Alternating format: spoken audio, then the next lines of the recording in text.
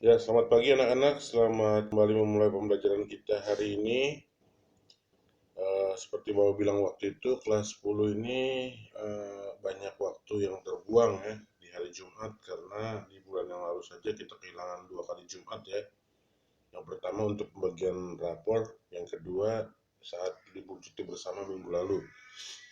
Ada materi-materi kita yang terlewat. Karenanya Bapak akan menyampaikan materi lanjutan langsung.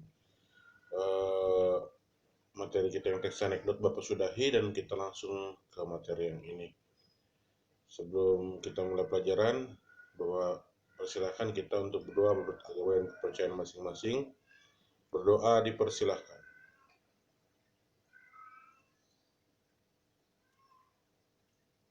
Amin. Selesai ya. Oke anak-anak, kita masuk ke bagian keempat di bab kita. Sebenarnya kita akan mempelajari teks hikayat ya. Tapi dalam slide ini kita akan bicara soal menelusuri nilai-nilai dalam karya sastra. Karya sastra itu adalah teks tertulis ya, teks tertulis. Berdasarkan ini kita akan bicara soal ciri-ciri definisi dan sebagainya, lalu nilai-nilai yang terkandung, mengungkapkan kembali isi hikayat, lalu perbandingan hikayat dengan cerpen ya. Yang terakhir kita menyusun hikayat ke dalam bentuk cerpen, memindahkan hikayat dalam bentuk cerpen. Oke, kita lanjut aja. Kita langsung ke uraian materi. Definisi, ciri-ciri, dan jenis-jenis hikayat. Apa itu hikayat? Hikayat adalah prosa atau karya sastra lama yang mengisahkan. Jadi karya sastra itu dibagi 3 bentuk ya tulisannya, yaitu prosa, puisi, prosa, dan drama. Kalau puisi itu pakainya bait, kalau prosa pakai paragraf, kalau drama pakai dialog ya. Nah ini prosa sendiri dibagi lagi dua, yaitu prosa fiksi dan prosa non fiksi ya. Lalu prosa fiksi itu yang berdasarkan cerita hayalan ya. Nah, prosa fiksi juga dibagi dua lagi, prosa fiksi lama dan prosa fiksi baru. Prosa fiksi lama ya, eh, contoh-contohnya adalah hikayat salah satunya ya, ya bentuk-bentuk dongeng, fabel, ya, cerita rakyat. Sementara prosa fiksi yang modern, contohnya adalah cerpen, novel, dan sebagainya. Jadi kalau yang ditanya hikayat adalah karya sastra lama berbentuk prosa, jadi pakai paragraf, mengisahkan kehidupan keluarga istana dan kaum bangsawan. Biasanya ngeceritain orang-orang ternama, orang suci di sekitar istana. Biasanya ada kesaktiannya, keanehan, ada mukjizat dari tokoh utamanya. Nah, nanti kita akan lihat di contoh di buku ya.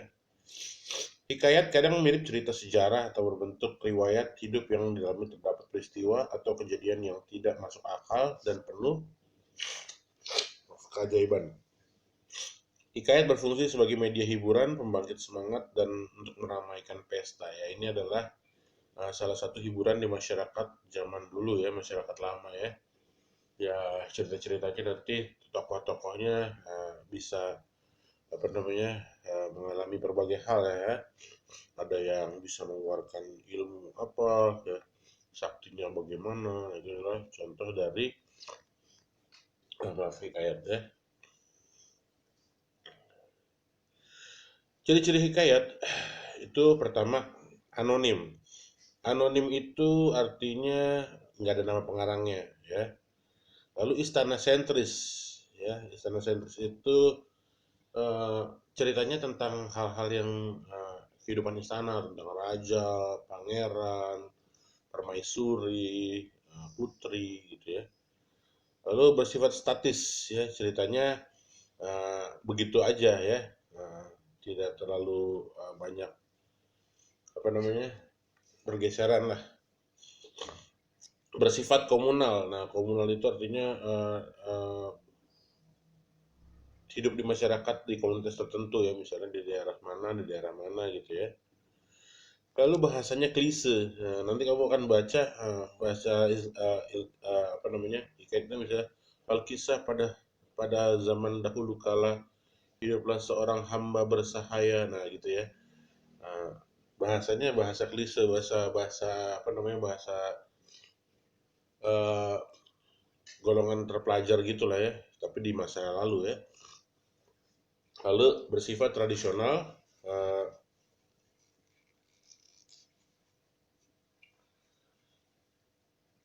bersifat tradisional artinya tradisi masyarakat tertentu, maaf, bersifat didaktis.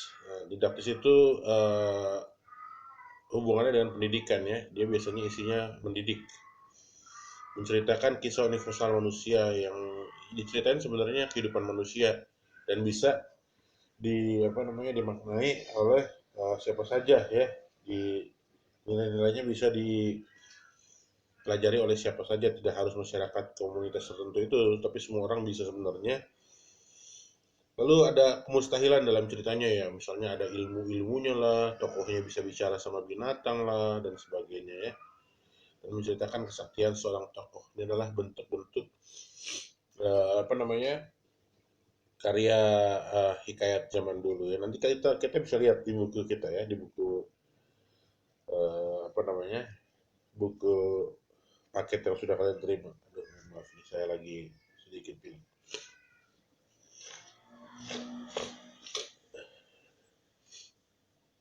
Lalu berdasarkan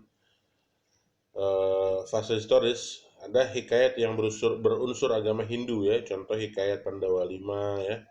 Kamu tahu pasti cerita Pandawa Lima ya. Eh, Diceritakan di sana tokoh-tokohnya punya kesaktian, panahnya bisa bagaimana si Arjuna dan sebagainya. Ada hikayat berunsur Hindu Islam ya, contoh hikayat Jaya Langkara, hikayat si miskin dan Indrapuratra ya. Lalu ada hikayat yang berdasarkan berunsur Islam, ketika hanya udah pengaruh agama Hindu, Buddha sudah tidak terlalu besar lagi karena kedatangan agama Islam di masa lalu, maka hikayatnya berunsur keagamaan Islam aja ya. Lalu berdasarkan isi, nah, ada yang isinya rekaan ya, bener-bener bohongan ya.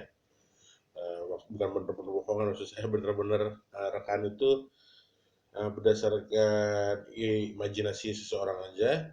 Ada yang bersandar pada sejarah ya, ada juga yang menceritakan semacam biografi dari tokoh-tokoh besar ya. Itu jenis hikayat. Apa nilai-nilai yang terkandung dalam hikayat? Nilai-nilai yang terkandung dalam hikayat biasanya nilainya nilai religi ya, ada masalah keagamaan di masa itu disampaikan melalui cerita. Nilai moral, nilai baik dan benar ya. Nilai sosial, nilai kehidupan bermasyarakat. Nilai budaya itu adat istiadat ya. Nilai estetika itu keindahan, dan nilai edukasi itu ya hal-hal yang berbau pendidikan ya, pendidikan. Nah, unsur dari sebuah hikayat sama dengan unsur cerpen. Masih ingat ya waktu di SMP mungkin ya, gurunya menceritakan unsur intrinsik dari sebuah cerita adalah yang itu ya. Kalau Bapak biasanya ngajarnya pelatas ya, penokohan, alur, tema, amanat, sudut pandang ya. Eh, Nah ini yang di atas ya, tema, amanat, alur, latar, sudut pandang. Tema itu ceritanya tentang apa, amanat itu nasihat, apa yang ada dalam cerita. Lalu alur atau plot, maju, alur ceritanya berjalan maju atau berjalan campuran atau berjalan mundur ya. Ada latar itu menyangkut tempat, waktu, dan suasana. Lalu ada tokoh dan penokohan, ada protagonis, tokoh utama, ada antagonis, lawan dari tokoh utama, dan ada juga tritagonis biasanya ya, yaitu penengah ya, atau memberi jalan keluar biasanya. Lalu ada yang namanya sudut pandang. Sudut pandang itu ada dua, sudut pandang orang pertama sama sudut pandang orang ketiga. Sudut pandang orang pertama itu menceritakan sesuatu dengan akuan, seolah-olah tokoh utamanya adalah orang yang nulis karangan. Misalnya, pada zaman dahulu kala aku berjalan-jalan, aku melihat ini, aku melihat itu. Nah, itu namanya sudut pandang orang pertama, pakai akuan. Ada sudut pandang orang ketiga, seolah-olah si penulis adalah orang yang nonton dan melihat kejadian hingga dia menuliskan tentang si tokoh dengan kata dia atau namanya. Misalnya, pada zaman dahulu kala hiduplah seekor kancil, lalu kancil ini bangun dari tempat tidurnya dengan perut lapar, dia pun berjalan-jalan. Jadi seolah-olah si pengarang mengikuti si kancil dan uh, mengetahui jalan keluar seperti itu ya, jalan keluar, mengetahui jalan cerita secara utuh. Oke. Kalau unsur ekstrinsiknya adalah nilai hal-hal yang ada di cerita tersebut yang biasanya berdasarkan kepengarangan ya, si yang buat atau yang bercerita orang adatnya adat mana, biasanya ada lengket dalam cerita, agama apa yang muncul dalam cerita, bisa itu tergantung pengarangnya ya atau penceritanya. Lalu latar belakang sosial budaya atau silsilah garis keturunan itu termunculkan dalam unsur ekstrinsik sebuah karya sastra ya. Isi hikayat dapat diketahui dari unsur pembangun hikayat. Unsur pembangun hikayat itu ada dua, intrinsik dan ekstrinsik. Sudah Bapak jelaskan. Lalu mengungkapkan isi hikayat adalah ya kamu harus bisa menyampaikan lagi apa yang menjadi isi sebuah cerita hikayat yang kamu baca ya. Caranya gimana ya? Tentu saja pertama kamu harus membuat ringkasan dulu untuk bisa membuat sebuah cerita memahami sebuah cerita hikayat. Pertama kamu baca, setelah baca kamu pikirkan bagian-bagian pentingnya dan kamu tulis ulang, itulah sebuah ringkasan ya. Lalu yang ditulis apa, gagasan-gagasan utama atau hal-hal penting di dalam sana, lalu ditulis ulang, lalu dicari garis besarnya, lalu dipastikan bahwa cerita ini tidak menyimpang dari isi tulisan seutuhnya ya. Jadi kita harus membaca, lalu memahami, mencatat dan mengembangkan urutan sesuai dengan isi cerita, tapi dengan bahasa yang lebih sederhana. Kenapa bahasanya harus lebih sederhana? Karena bahasa dalam hikayat itu agak jelimet karena dia banyak menggunakan bahasa Melayu ya. Perbandingan nilai-nilai kebahasaan dalam hikayat, karakter kebahasaan dalam hikayat, dan perbedaan nilai-nilai dalam bahasaan. Nah, karena dia menggunakan bahasa Melayu, maka banyak majas yang digunakan, yaitu majas perbandingan, majas sindiran, majas penegasan, majas pertentangan, dan sebagainya. Lalu penggunaan kata-kata arkais ya, biasanya menggunakan ungkapan arkais, yaitu kata-kata yang sudah jarang dipakai ya, tapi ada di dalam kamus bahasa Indonesia ya, seperti syahdan, kata, alkisah, sebermula ya. Nah, ini adalah kata-kata arkais ya, kata-kata yang sudah kuno gitu. Lalu apa bedanya cerpen sama hikayat? Cerpen adalah karya sastra modern, sementara hikayat adalah karya sastra yang lebih lebih klasik, lebih kuno ya. Temanya sebenarnya sama ya, cuman cerpen lebih dekat dengan kehidupan sehari-hari tentu saja ya. Di bagian kedua, di bagian latar ya, tokoh dan penokohan yang pasti. Kalau cerpen karena hidupnya kehidupan sehari-hari, tokoh-tokohnya bukan hanya raja, ratu, dan sebagainya ya. Lalu alurnya biasanya kalau hikayat itu pakainya alur maju aja, kalau cerpen bisa macam-macam.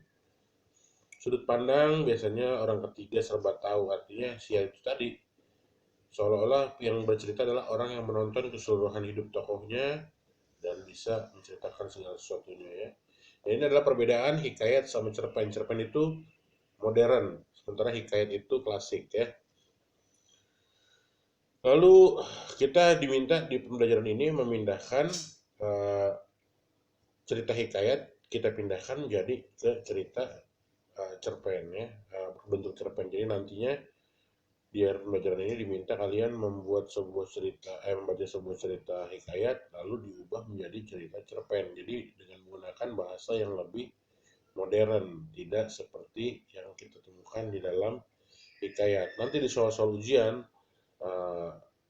yang muncul adalah tentang teks hikayat adalah ada sebuah kisah pendek, penggalan kisah diperiksa dan kita ditanya maknanya apa ya, ditanya tokohnya siapa dan apa yang terjadi, biasa ya, membaca pemahamannya. Nah, apa namanya, hikayat ini adalah salah satu teks sastra apa namanya yang lama ya, jadi silahkan dicek di buku untuk dilihat-lihat ya. Oke, itu adalah uraian materi kita di bab ini, di bab yang keempat ini ya, menelusuri nilai-nilai karya sastra. Jadi sudah Bapak sampaikan, sudah Bapak uraikan. Jadi seperti biasa untuk pembelajaran kita di awal materi baru, tugasmu adalah membuat mind mapping atas apa yang kita pelajari hari ini ya, catatan singkat ataupun coret-coretanmu tentang apa yang kita pelajari hari ini. Biasa kirimkan fotonya ke grup WhatsApp kita ya. Sebagai bukti kamu sudah mengikuti pembelajaran kita, kamu juga absen di kolom komentar. Itu aja untuk hari ini. Mungkin untuk kewirausahaan hari Selasa nanti Bapak akan pakai lagi untuk pelajaran bahasa Indonesia karena kita sudah masuk bulan November ya. Habis bulan November ini kita di akhir November nanti kita udah ujian akhir ya. Jadi materi kita harus kita selesaikan ya. Sementara kalau yang kewirausahaan kita sudah masuk ke materi akhir ya. Kalau kita bahasa Indonesia kebetulan hari Jumat sering kepakai untuk libur kegiatan dan sebagainya ya. Kita udah kehilangan 2 Jumat di bulan lalu. Semoga Jumat-Jumat di pekan ini plus beberapa hari Selasa saya pakai buat bahasa Indonesia bisa terlaksana, bisa pembelajaran kita bisa penuh ya, selesai nanti. Oke, itu aja dari Bapak. Terus belajar, berdoa agar segera hilang corona dari dunia ini dan kita bisa kembali belajar dengan normal. Untuk tugas-tugas yang belum selesai dikirimkan, masih ditunggu terus oleh Bapak dan guru-guru lain ya. Jangan karena tugasnya sudah terlewat dilupakan, nanti pas lagi di ujung di penilaian akhir kalian ditodong segala hal, kalian kelimpungan sendiri. Oke, terima kasih. Selamat pagi.